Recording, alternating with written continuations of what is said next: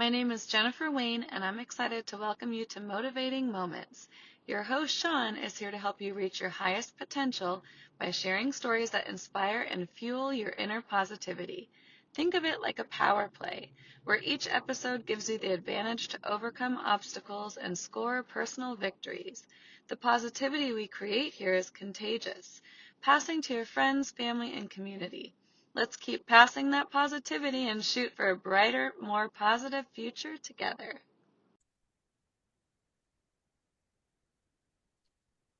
Hey, everybody. Thanks for the intro, Jen. This is season 1, episode 11, Motivating Moments. Tonight's guest is a very special person. She hosts her own podcast called Your Unique Sparkle. I met her at a real estate club meetup in Las Vegas, and talk about crazy. That's the first time I've been to Vegas in about 10 years. And I met so many amazing people there that day. Not only does she dabble in real estate and she has her own podcast, she was also 2022 Classic Miss Universe. And we can talk to her about that and how she overcame adversity. Hey, Debbie. Hi, Sean. Well, thank you for that beautiful introduction, Sean. Yeah, I'm here to talk about whatever you want to talk about. Definitely. I've been through a lot. I've paved my way to many successes on my way to my next one and just enjoying the journey and the process. I've listened to 4 or 5 episodes of Unique Sparkle. I don't know where you find all these amazing people. The only logical explanation in my head is that your glowing personality, you just attract them to you, kind of like how you attracted all of us at that restaurant that night. You know what? I've never been shy at talking. Well, no, that's not true. I was when I was a kid. But I learned quickly when I became older that if I wanted to have anything, because I was a dancer, I grew up dancing at 3 years old, owned my own dance studio, and then went out in the world and later became the dance captain of the Radio City Music Hall Rockettes, danced on the Atlanta Hawks dance team. Over 400 people auditioned. They only picked 12 that year. I was one of them. Didn't know anybody there. So I basically, when I strive for something and I just put my mind to it, I'm very focused. And I have to say, I'm thankful to my mother who's always believed in me and didn't say I couldn't do it. She always believed that I could do it. And with her strength and her guidance and giving me that confidence as a kid, I think I just brought that into my adult world and just went, okay. They wanted somebody to be the spokesperson at a show at Coca-Cola meeting. And I was like, yes, I can do it. And of course, I'm totally afraid of speaking in front of people and doing whatever. But I was like, oh, yes, I can do that. I mean, basically, Debbie, can you tap dance and whistle Dixie on your head? Why, yes. Yes, I can. And I just would just say to myself, you know what? Because the reason why you can't do things is because of fear. So just wanting to say to myself, I don't want to look back on something and say, gosh, I was so fearful and I regret not doing that. And I have to remember there was this one time when I was a little girl and we went to Disneyland and they wanted to pull me up on stage.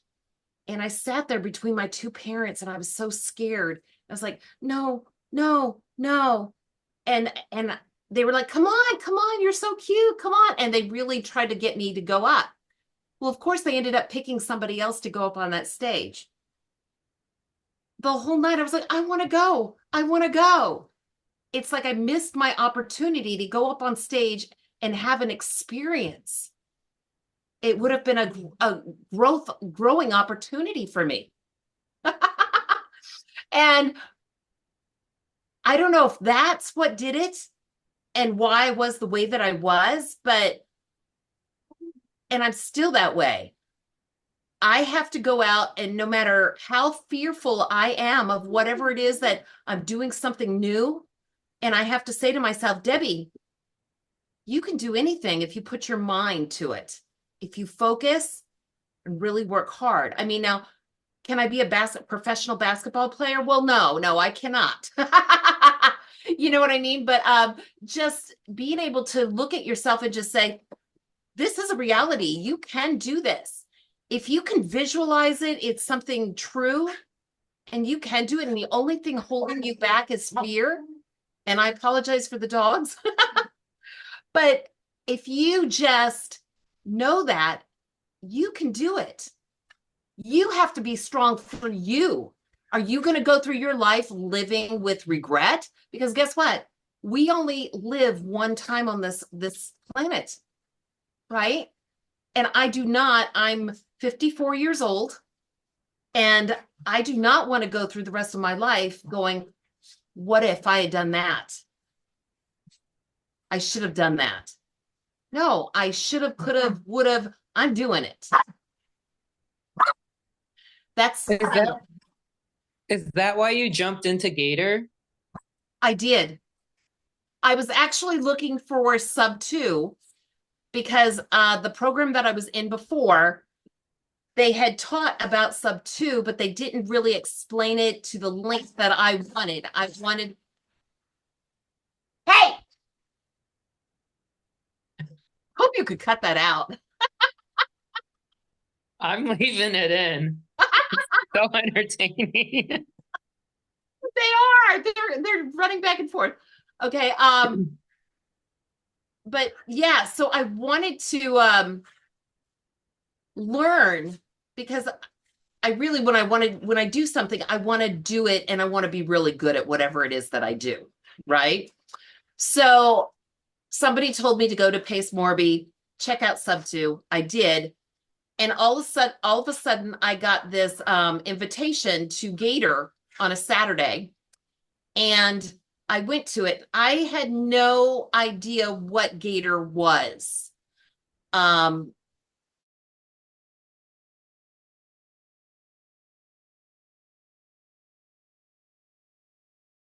want to learn all of this because that's what you want to do.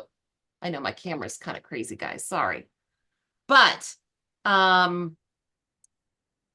yeah, so before I knew it, I joined Gator, really wanted to be in sub 2, but I'd already joined Gator. And I already had this other program. So it doesn't mean that I can't join sub 2. I just cannot right now. I can only do so much because all the coaching fees and everything that we're doing, all of this takes money. And as much as I want to believe that it's not how much it costs, it's how much you're going to make. And as much as I want to believe that statement, there is a point where you have to be a responsible adult and say, I know that all these courses are going to make me money, and I'm going to be so knowledgeable that I'll be able to do a lot of things. But it's having that shiny object syndrome and just going, squirrel, squirrel, like a dog, and looking everywhere and just keep taking courses. And so many people do this. They will just take course after course after course and say, I'm not.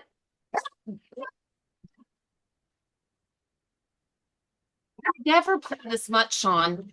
Never. Hey, I don't know why they decide to play right now. My goodness. Okay, but there's no reason why. I mean, these people they'll take course after course after course, and they'll even fly out and do big workshops, you know what I'm saying, and big summits and whatever, and they still haven't done a deal. They still haven't done anything. And I don't know if it's fear holding them back, or what, but sometimes you have to say to yourself, okay, I might not be perfect, but I'm going to go out and I'm going to learn while I make those mistakes and be okay with making those mistakes, because that's what life is. And if you don't make those mistakes, you can't grow. And you can't be afraid of that. Does that make sense?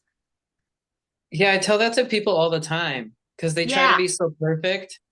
They think that if you make a mistake, that you're weak. Yeah. No.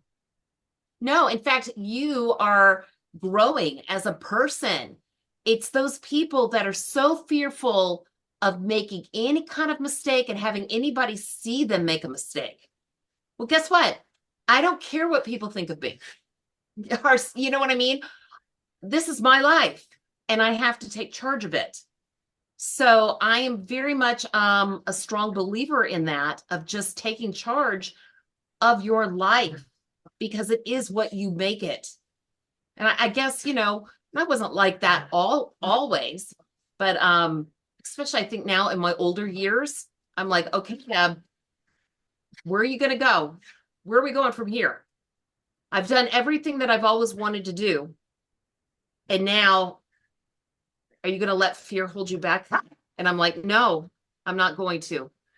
So tomorrow, actually, Sean, before we got on this podcast, I was just getting ready to write my first contract and send out an offer, which is going to go out tomorrow morning to an owner that's out of state. And I'm looking at getting my very first midterm rental property. We talked about this yesterday. This is very exciting. Yes. So, I mean, who knows if they'll accept the offer or not, but just the process of me going through this and learning how to do it, how to, run numbers and all of that kind of stuff, which is very hard. The thing of it is the networks that I'm in, just like us meeting at the sub 2 meeting, these people are wonderful. We're all helping each other, or at least the people that I hang around. I hang around good people. And I want to be in a place, because I already feel like I'm so knowledgeable that I met a new girl, a new gator online, and I've already tried to help her out. And I've told her when the next meeting is, so I'm going to meet her there. But I'm like, I want to give back what I've been given as well. So, and I want to keep doing that. And as I keep learning, I'll have more and more to share with others. And I believe that my friends are helping me as well. So we're all kind of just, that whole thought of thinking that there's not enough out there is so wrong. I actually got a phone call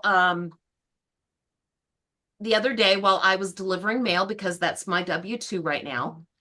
And I'm delivering mail, and I got this call from this man, and he asks me if I'm a real estate investor.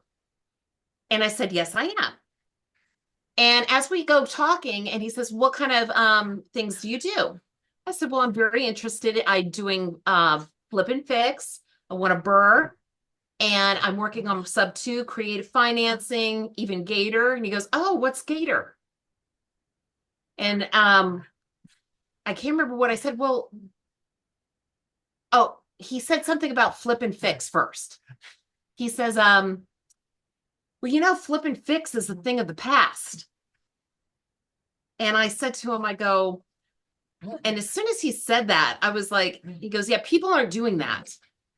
And I just thought to myself, that's crazy, because everybody I know is flipping and fixing and doing some kind of renovations. I mean, there's homes all over the internet. You could go on the MLS and see homes that need to be fixed and flipped. And I mean, there's so much out there for everyone. So I thought in my head, I was like, this man is trying to sell me on a course. His new strategy, you know what I mean? Because when he opened up and started talking to me, he was telling me about how he had already done like 500 fix and flips.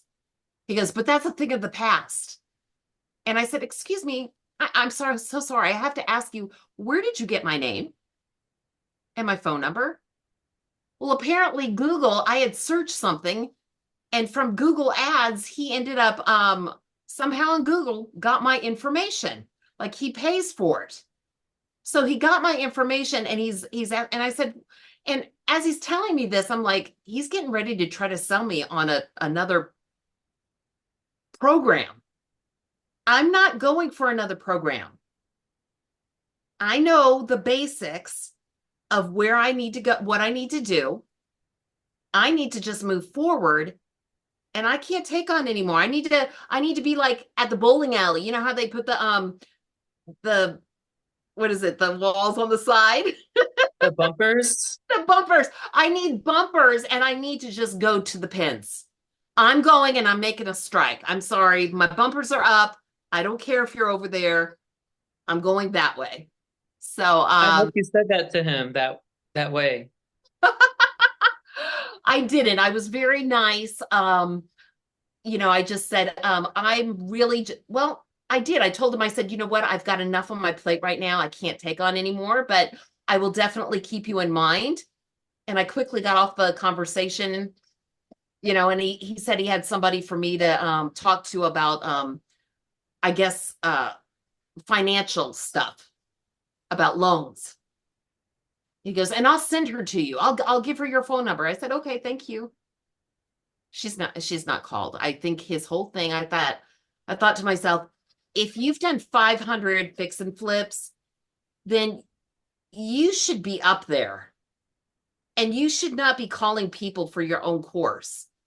I believe that if that was me, I would have a team underneath me, and somebody else would be calling. I wouldn't be doing that personally.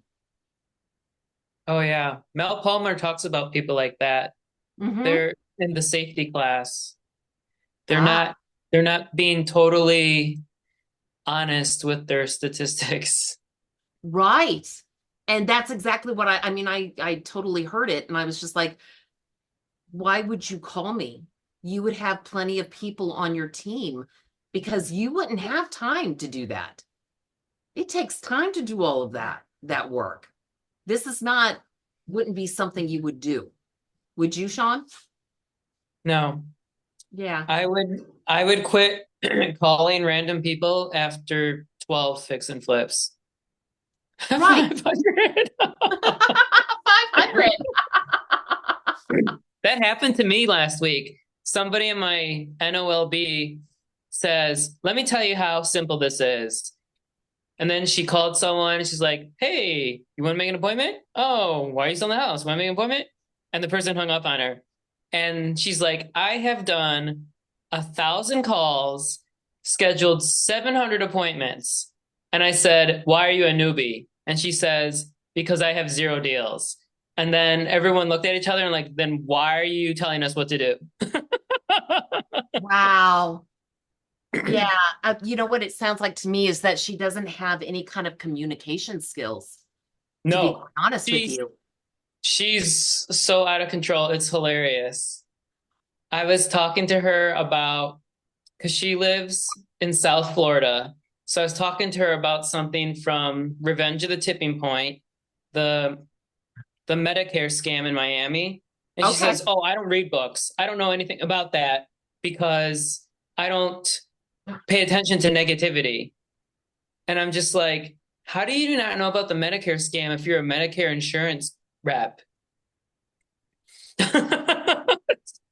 Wow. Maybe she needs to get together with the guy that called me the other day. Yes, they can help each other. Maybe. Well, I'll tell you what she says at the meeting tomorrow.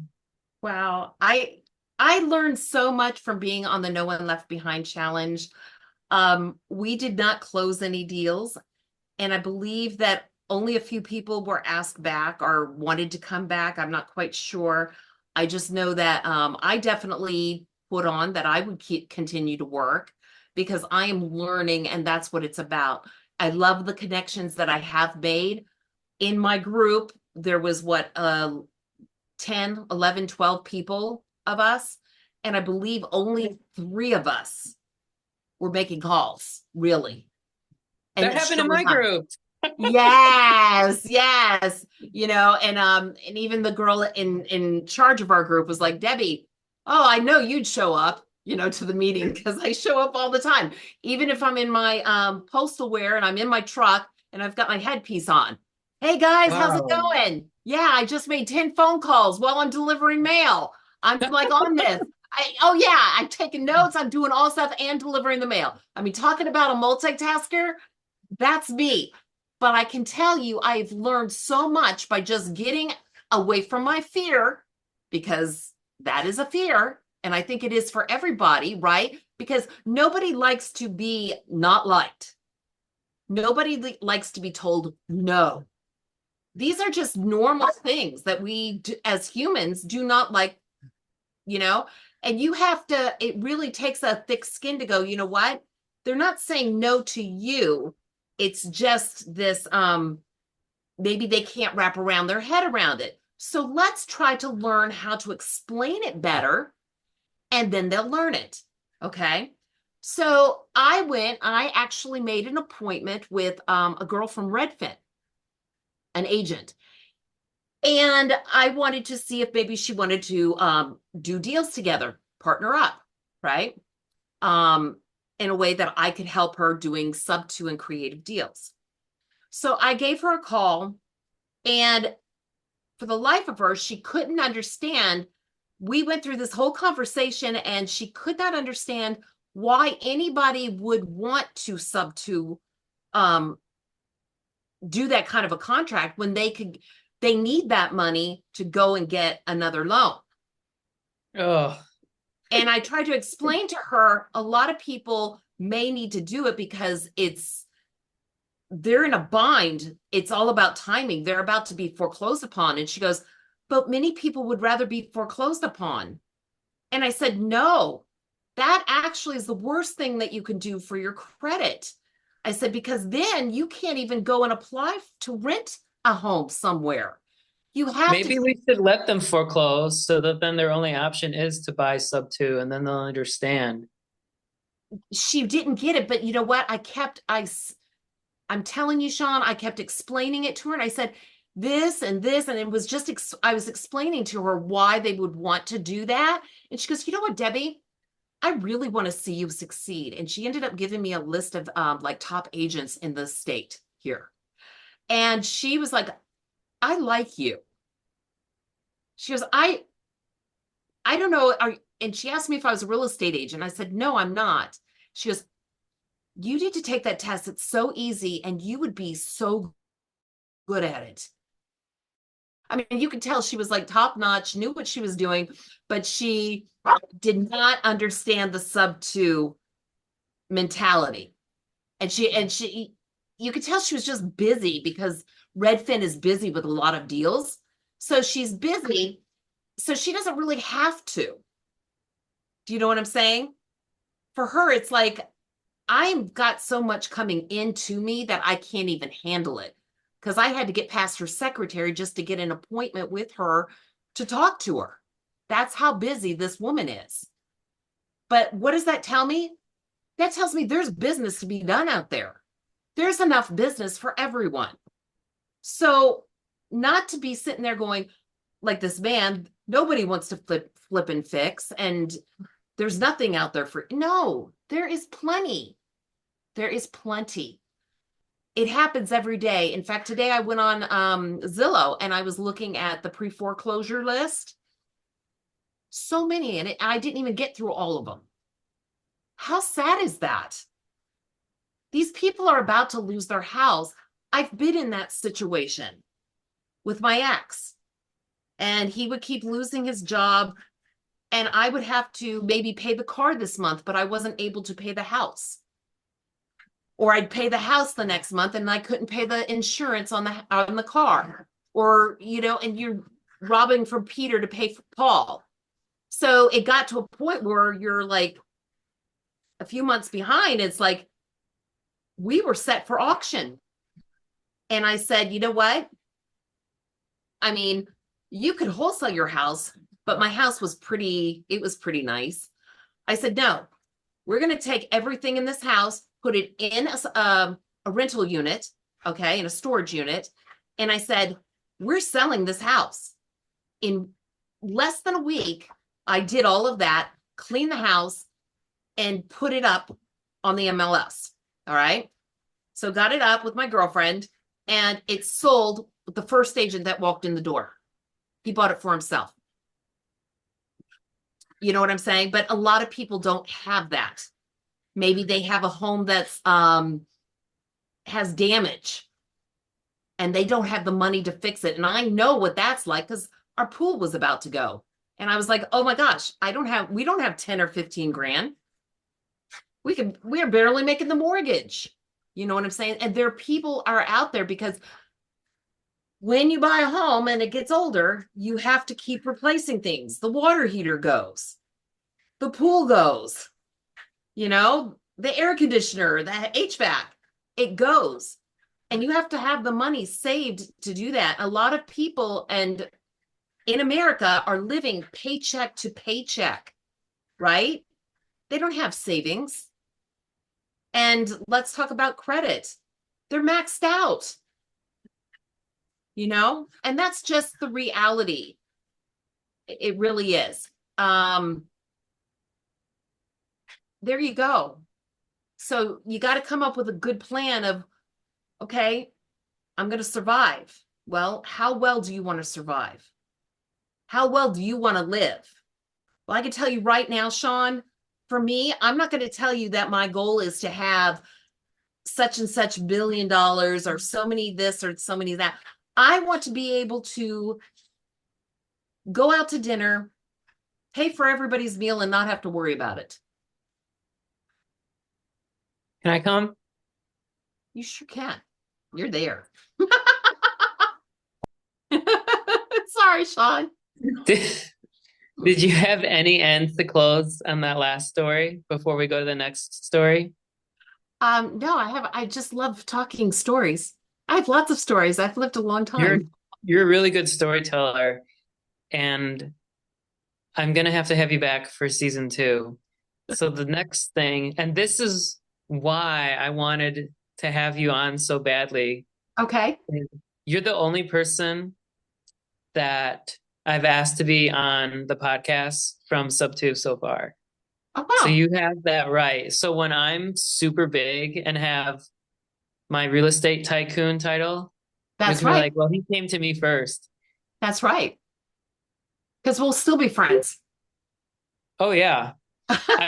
I figured out a couple days ago what my end game is: to own a driving range, and if I'm lucky, a minor league baseball team.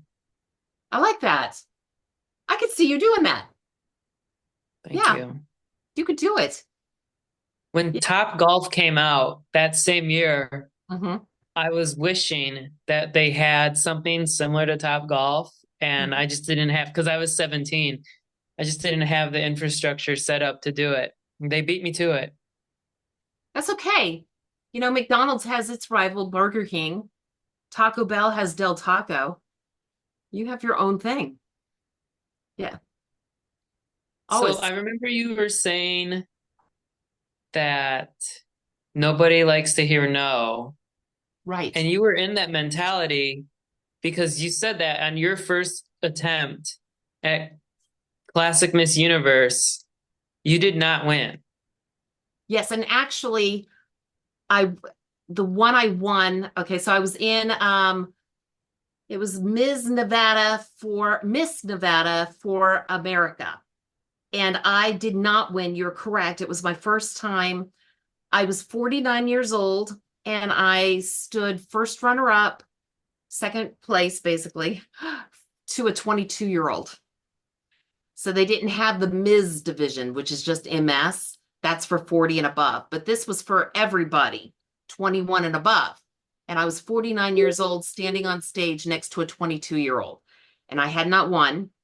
And then I went and I met a bunch of wonderful ladies. And, I think the whole thing about pageants is people think, oh, they're really into themselves, or they're really, oh, they're all about beauty. To be honest with you, the pageant was for me to better myself. It gave me a goal. made me face my fears, because when you are standing up there, and I don't know how many people, they probably agree with me, having to stand on stage and somebody asks you a question and you have to be able to answer it and be able to talk to a bunch of people. Well, that's a skill that a lot of people would be afraid of. So I had to face that. That is a fear, because as a professional dancer, I've never had to talk to anybody. I was the dance captain. I could talk, but this was to an audience. So it was something different. So I had to face that fear. I also had to face the fear of, I had just been through a divorce. I was 100 pounds heavier on my body. So I was very heavy. So my son got to see me get up every morning at 4 a.m. and work out before I went to go deliver mail. He now does that for basketball. It's what he knows. You have a goal, you train, you go and you get it. That's what he watched mama do. So then the next pageant I went to was Ms., which was above 40, Ms. United States of America, Nevada. So Ms. Nevada, United States of America was the title. And I won. And then from there, I was like, okay, well, that's just a Nevada title. I went and I did a universal title. So yeah. And that was Ms. Classic Universe, and classic meaning over 45. And so I was whatever I was at that time. So those were just for me. I still love all my pageant friends, but now I'm into my second life. I like to think of it as, okay, Debbie, what are you going to do now?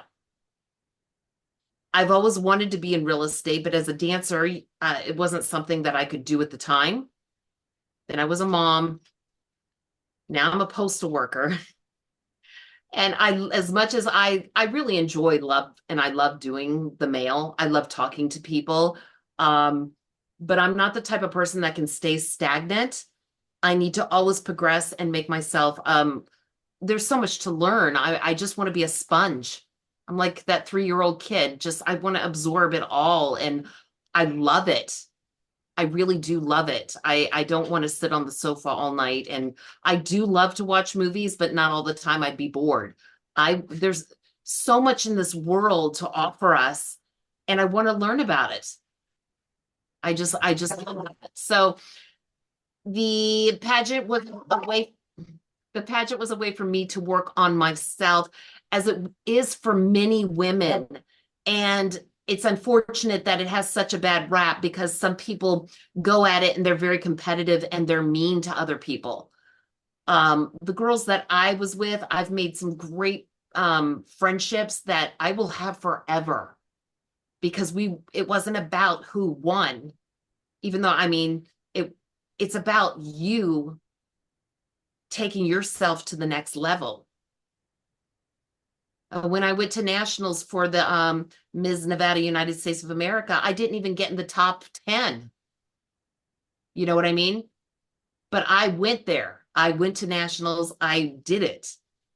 To me, that was the biggest thing. And my kids, they go, Mom, I'm so sorry. We feel so bad for you. But when you walked across that stage, it was like you were a superstar, because it had Ms. Nevada in the background, and here I come out, and they're just like, wow, that's my mom.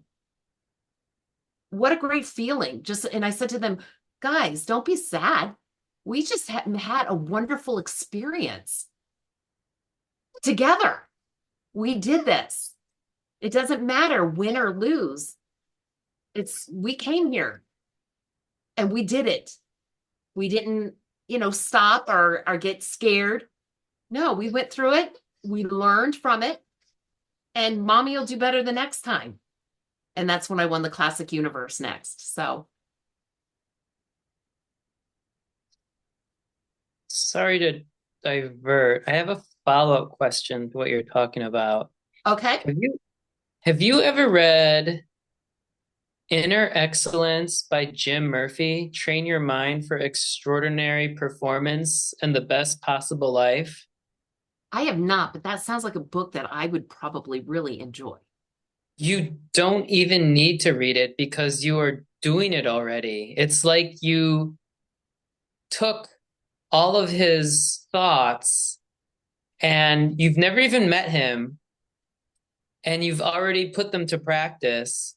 So the premise is that it's for elite athletes and he's their performance coach and he gets them so that they pay attention Hmm. to the process and they don't worry about the results.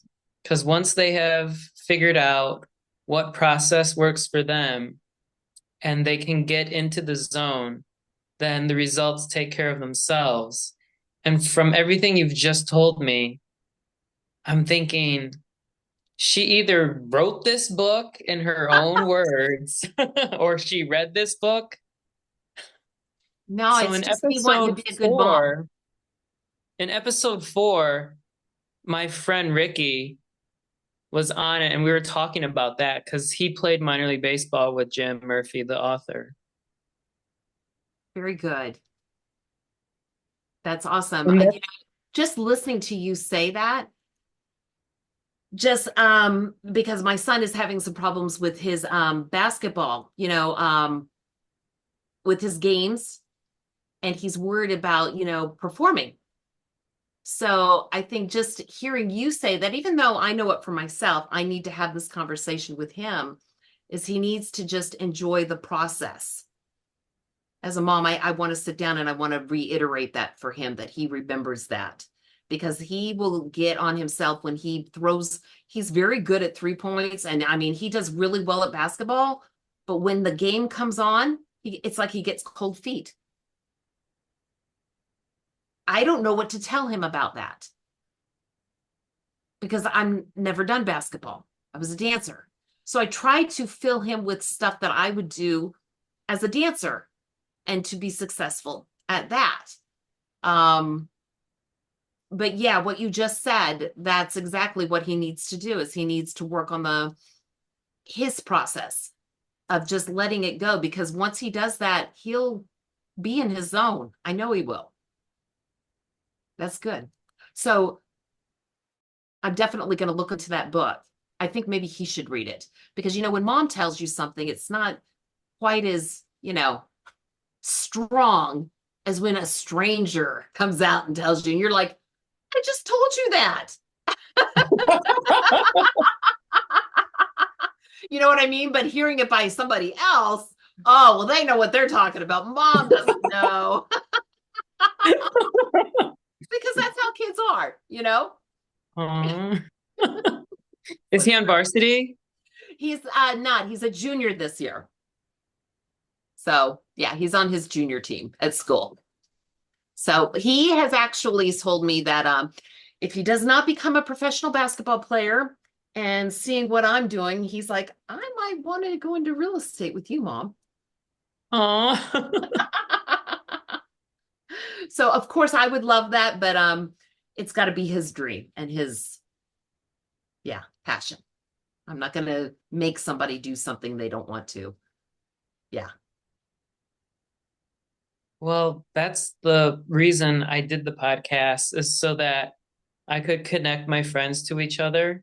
We had an Nice. episode where my friend Dawn talked about her Warfighter Scuba nonprofit, and Ooh, I already nice. had one of my friends who was in the Air Force and he signed up for it. So I need to get some other people to sign up for it too. And they go down to Honduras and she teaches them. Oh, Yeah. that's nice. I would love that. I just have to tell my postmaster, I need some time off. Yeah, you want to go down and visit her? She sings too. Does she really? Yeah, I'll text you which episode she was on and Yeah, her Instagram. She's the coolest and she has perfect pitch. really. She could have she could have been just this huge megastar like Faith Hill, but she turned it down. Yeah. Oh, wow. Yeah, she had other priorities. She was gonna I can't tell the story on the podcast. You'll have to hear it from her Yeah, just because yeah, it was a definitely. secret. It was a secret how she got out of it, how she Yeah, turned it absolutely. down. I'll look into it, Sean. Perfect. Yeah, you have to hear it from her. And then I don't want to open the vault. The last question is, what are you grateful for in general and right now? Well, somebody was telling me this the other day, which is I thought was really unique. They were saying that the mind works in a way that every day you should wake up and say a few things that you are grateful, like take three things that you want to say that you're grateful for. And most people will say, I'm so grateful for my friends. I'm so grateful for my family. So grateful for my health, which I've done that many of times. And I am grateful for all of those things.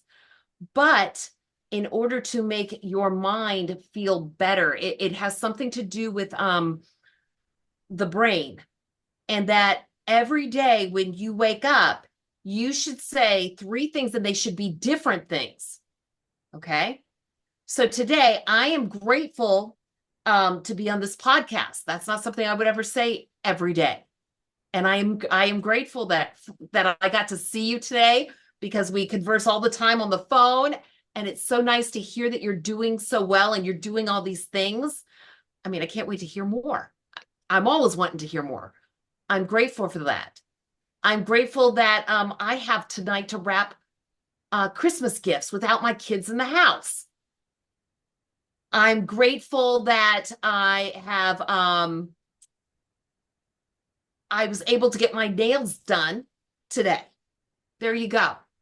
Um, Small things, right?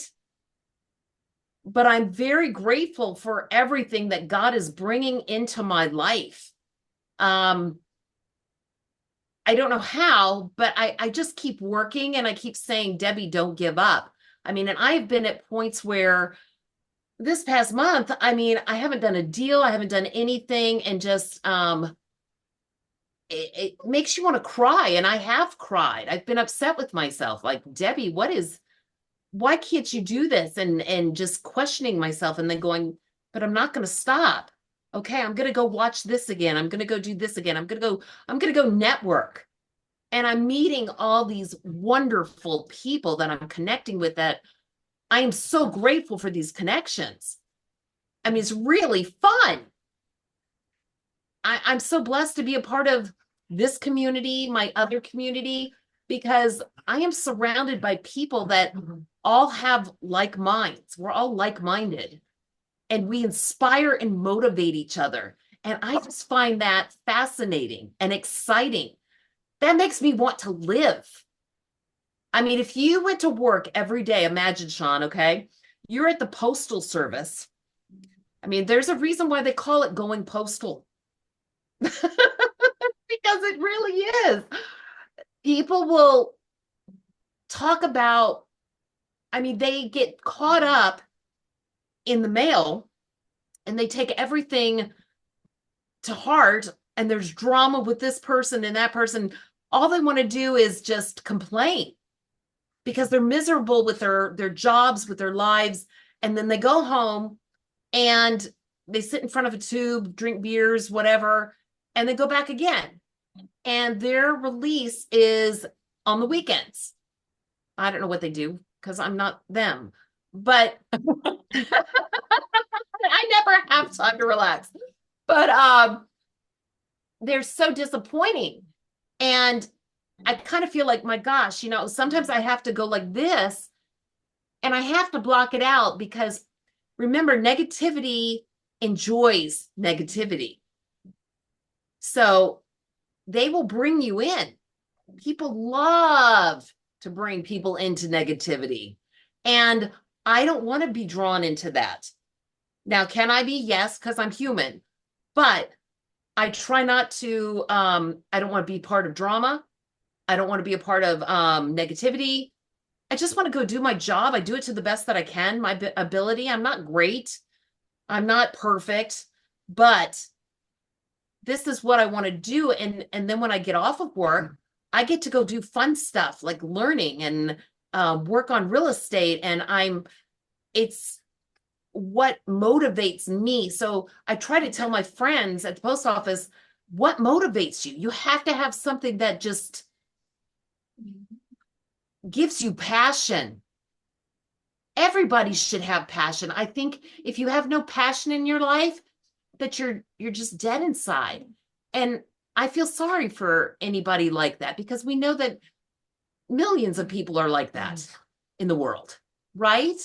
So if I could motivate and inspire anybody to go and just be your best self, and don't pick a goal that's like way too high. Like they've asked me, my friends in my last meeting, they asked us, where do you see yourself in 3 years, 1 year, this week? And I had to write them out.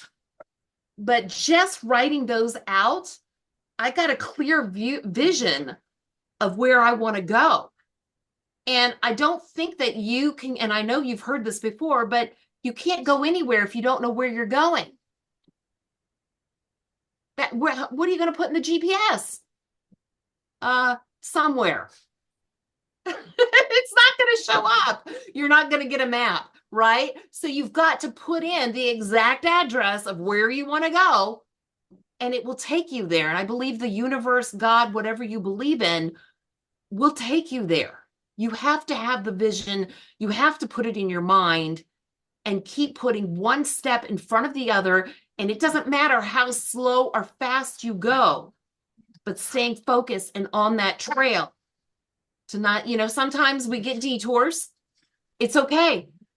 Get on your GPS and it'll bring you back on track.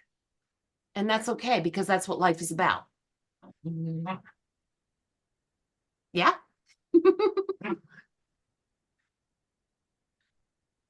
That's where I'm at. And that's what I'm grateful for, Sean. How about yourself?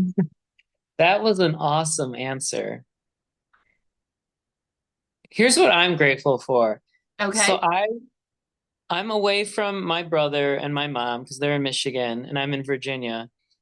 One of my best friends, we're stationed together in Falls Church. Her and her 4 kids, they love me so much and I love them. And I've been spending more time with them lately. And I'm grateful for that. I'm going to see her oldest daughter's concert Tuesday. Oh, fun. I think this is probably going to air tomorrow. So it'll be, tomorrow. Yeah. Send me the link and I'll share it on Facebook for other people. Okay. Yeah. It's called promoting. Well, that's what we do for each other. If you want me to. I think it's only for people in Woodbridge, but I appreciate it. Okay. Yeah. We will definitely promote the best we can this podcast. You've got a lot you have a lot of support from Unique Sparkle. So we have to say, hey everyone, Debbie's back. Podcast in December of 2024. If you miss her, you can listen to this one. I love it. Absolutely. I love it. Yeah. And the other thing I'm grateful for is, you've lived it. I go to a restaurant and there's just mad chaos. I just wait there quietly, politely to get the order and take it to the customer. I am so grateful I've never had to work in the restaurant industry. I just went from tennis and golf to graduating from college to working in automotive to the military. And I never had to set foot in a restaurant. It's so stressful. I can see it in their eyes. They don't want to be there. They need to be saved. Yeah. And there's a lot of mean people out there. They're impatient. You know what I find funny is when you're leaving church and everybody's racing to get out, and they were just in this beautiful church and we were just praying together. And now they're like basically road rage outside the church. You just described all of New England. But it's true. And I know you guys know what I'm talking about. You've seen it. If not, you were one of them.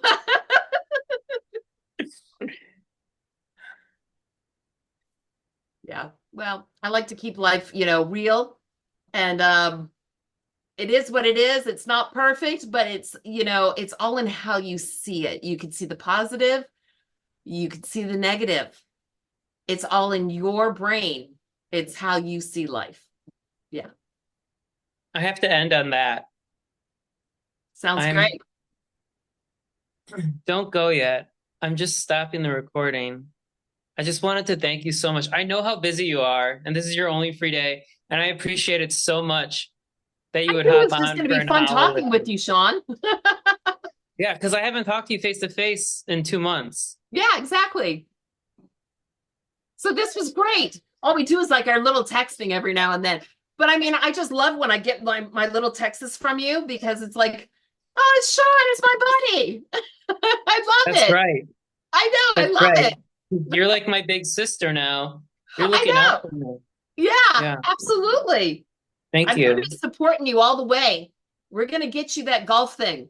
I don't know what you're going to name it, but it better be something good.